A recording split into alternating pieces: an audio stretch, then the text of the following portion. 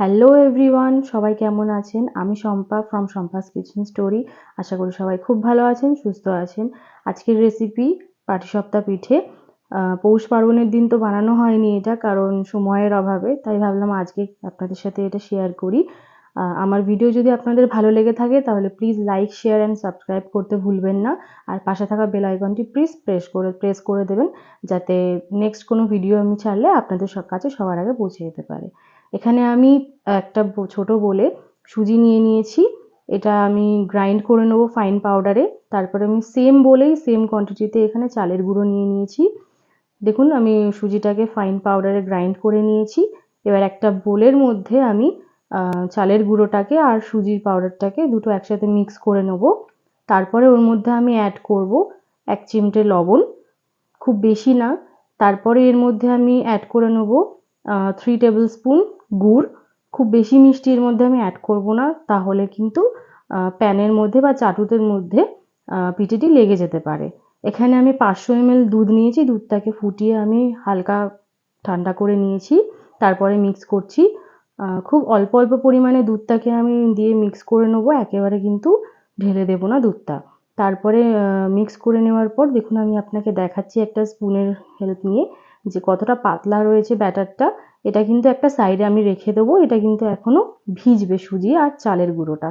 এখানে আমি নারকেল নিয়ে নিয়েছি, একটা গোটা নারকেল নিয়েছি, বাট পুরোটা আমি ইউজ করছি না, হাফ পোর্শনটা আমি ইউজ করছি নারকেলের।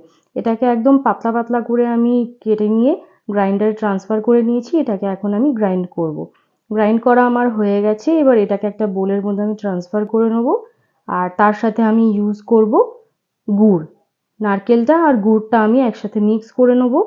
দুটাকে একসাথে খুব ভালোভাবে আমাকে মেখে নিতে হবে, যাতে যতক্ষণ না নারকেল থেকে তেল ছাড়ছে ততক্ষণ আমাকে এই দুটোকে খুব ভালোভাবে মিক্স করে নিতে হবে। নারকেল থেকে তেল ছেড়ে গেলে ভাববেন যে খুব ভালো করে মিক্স করা হয়ে গেছে। এবারে এটাকে আমি কড়াইতে ট্রান্সফার করে নিচ্ছি। কড়াইতে নিয়ে এটাকে হাই ফ্লেমে আমি রান্না করব। এটাকে ততক্ষণ করতে হবে যতক্ষণ না এখান থেকে জল বেরোয়। দেখুন জল ছেড়ে এসছে নারকেলটা থেকে।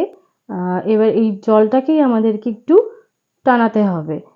খুব বেশি কিন্তু জল টানিয়ে নেবেন না, তাহলে কিন্তু নারকেলটা খুব ড্রাই লাগবে। দেখুন এখানে জলটা টেনে গেছে, একদম হালকা হালকা একটু জল আছে। এই স্টেজে এটাকে নামিয়ে নিতে হবে। এবার ব্যাটারটা এখানে দেখিয়ে নিচ্ছি, অনেকক্ষণ ধরে এটা ভেজানো ছিল। দেখুন ব্যাটারের কনসিস্টেন্সিটা এখন খুব ভালো চলে এসছে। সুজি আর চালের গুঁড়োটা খুব ভালোভাবে মিশে গেছে আর ভিজেও গেছে, নরম হয়ে গেছে। এবারে আমি গ্যাসের মধ্যে একটা তাওয়া বসিয়ে নিয়েছি। তাওয়াটাকে গরম হতে দেব কিছুক্ষণ হাই ফ্লেমে। গরম হয়েছে কিনা তাওয়াটা একবার চেক করে নেব। তারপর এর মধ্যে আমি একটা ব্রাশের মাধ্যমে খুব অল্প তেল ব্রাশ করে নিচ্ছি। আপনারা চাইলে ঘিও ইউজ করতে পারেন।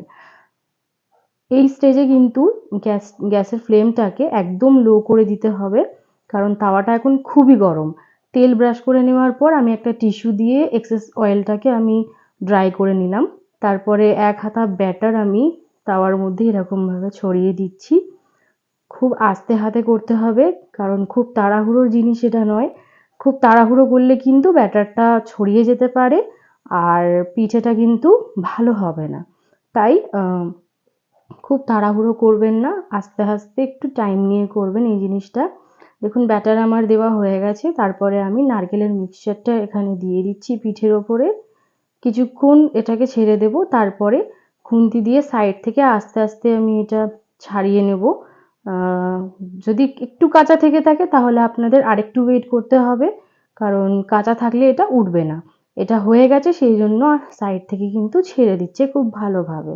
খুন্তি দিয়ে আস্তে আস্তে ছাড়িয়ে নেওয়ার পর এবার এটাকে মুড়ে নেবো একটা সাইড থেকে। দেখুন কত ভালো করে হয়ে গেছে, কালারটাও খুব সুন্দর এসছে। এবং যদি মনে হয় আটকে যাচ্ছে তাহলে খুন্তি দিয়ে আরেকটু ভালো করে ছাড়িয়ে নেবেন, তারপরে আস্তে আস্তে এটাকে উল্টিয়ে নেবেন। আমার এটা হয়ে গেছে, এই সাইডটাও হয়ে গেছে। এবার আমি এটাকে একটা থালার মধ্যে তুলে নিচ্ছি। দেখুন কতটা সুন্দর কালার এসছে, দুদিক থেকেই কিন্তু আমার পিঠেটা খুব ভালোভাবে হয়ে গেছে সেদ্ধ। কাঁচা কিন্তু এটা নেই কোনো দিক থেকেই। এবার এরকমভাবেই আমি আপনাদেরকে আরও একটা পিঠে ভেজে দেখাচ্ছি।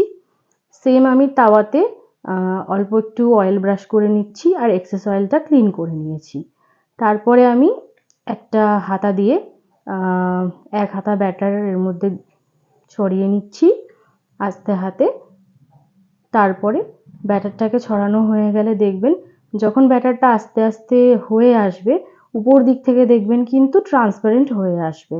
তার মানে বুঝে যাবেন যে ব্যাটারটা কিন্তু ভালোভাবে নিচ থেকে হয়ে এসছে, আর খুন্তি দিয়ে তোলার সময় কিন্তু আটকে যাবে না। তারপরে এর মধ্যে আমি অ্যাড করে নেবো হচ্ছে নারকেলের মিক্সচারটা। নারকেলের মিক্সচারটা অ্যাড করে নেওয়ার পর কিছুক্ষণ ছেড়ে দেবেন যাতে ব্যাটারটা পুরোটা ট্রান্সপারেন্ট হয়ে যায়। তারপরে খুন্তি দিয়ে এরকমভাবে সাইড বাই সাইড স্ক্রেপ করে নেবেন। দেন তারপরে আস্তে আস্তে মিডলে যাবেন। সাইড থেকে আগে স্ক্রেপ করে নেওয়ার পর মিডলে যাবেন, আগের থেকে কিন্তু মিডলে যাবেন না, তাতে কিন্তু ভেঙে যেতে পারে পিঠেটা। এরমভাবে আস্তে আস্তে পিঠেটাকে উল্টিয়ে পাল্টিয়ে আমি তুলে নেব। আর পেছনের সাইডটা তো হয়ে গেছে, আর সামনের দিকটা আমি একটু কিছুক্ষণ তাওয়ার মধ্যে রেখে দেবো একটা সাইডে, যাতে সামনের দিকটাও কিন্তু পিঠেটা খুব ভালোভাবে সেদ্ধ হয়ে যায়। একটা সাইডে আমি এটা সরিয়ে রেখে দিচ্ছি, দেখুন। তারপরে মিডল পোর্শনটা খালি রাখছি, এখানে আমি আস্তে আস্তে করে আরও পিঠেগুলো রেডি করে নেব। তাহলে আমার এখানে দেখুন পিঠেগুলো রেডি হয়ে গেছে আস্তে আস্তে। আমি আপনাদেরকে একটা থালার মধ্যে নিয়ে দেখাচ্ছি। এরমভাবে আপনারাও রেডি করে নিতে পারেন, আপনাদের ফ্যামিলির সাথে এনজয় করতে পারেন। খুব তাড়াতাড়ি খুব সহজেই হয়ে যায়, কোনো খাটনি হবে না। তবে হ্যাঁ, একটু ধৈর্য ধরে তাওয়াতে সেঁকবেন। এখানে আমি প্লেটিং করে নিয়েছি পিঠেগুলোকে। চলুন এবারে টেস্ট করে দেখা যাক কীরকম হয়েছে। আপনাদের যদি আমার ভিডিওটা ভালো লেগে থাকে তাহলে প্লিজ ভিডিওটিকে খুব ভালোবাসা দেবেন, লাইক করবেন, শেয়ার করবেন, অ্যান্ড সাবস্ক্রাইব করতে কিন্তু একদমই ভুলবেন না। আবার দেখা হবে আপনাদের সাথে অন্য একটা ভিডিও নিয়ে। ততক্ষণে আসছি, বাই।